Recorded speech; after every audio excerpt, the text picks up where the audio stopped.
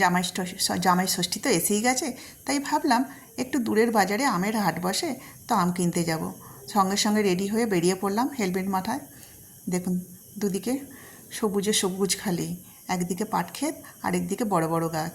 একবার মনে হলো দুটো পাট শাক তুলে নিই, আমার পাট শাক খেতে খুব ভালো লাগে। এই সুন্দর রাস্তাতে যেতে যেতে এত মনটা জুড়িয়ে যাচ্ছে, প্রাণটা জুড়িয়ে যাচ্ছে দেখে সব।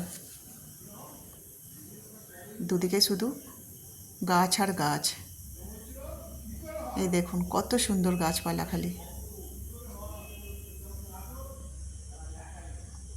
অবশেষে আমরা চলে এলাম সেই আমের বাজারে।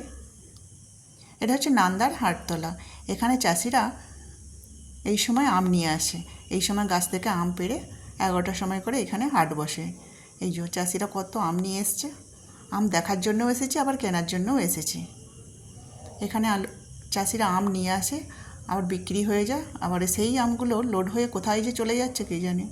আমাদের একজনকে বলাই ছিল, কার্টুনে করে আম নিয়ে চলে এসছে, একদম রেডি আম, সুন্দর করে ব্যাগে সাজিয়ে দিল। আমি আরও এদিক ওদিক দেখছি, চারদিকে শুধু আম আর আম। এই দেখুন কত আম। এই যে কেনা বেচাও চলছে হাটে। এই যে এখানে হিমসাগর আম আছে। এখানে আম ছাড়াও কাঁঠাল, লিচু, কলা অনেক কিছুই বিক্রি হয়। আমরা শুধু আম কিনেই চলে এলাম। বেশি আম তো কিনতে পারলাম না, মাত্র 2 পাল্লা আম কিনেই চলে এলাম। আবার সেই রকমই পরিবেশের মধ্যে দিয়ে ফিরে পড়লাম। বেশি সময় লাগলো না, একদম রেডি আম দিয়ে দিল। এই রকম এদিক ওদিক তাকাতে তাকাতে বাড়ির পথে রওনা দিলাম। পথ চলতে চলতে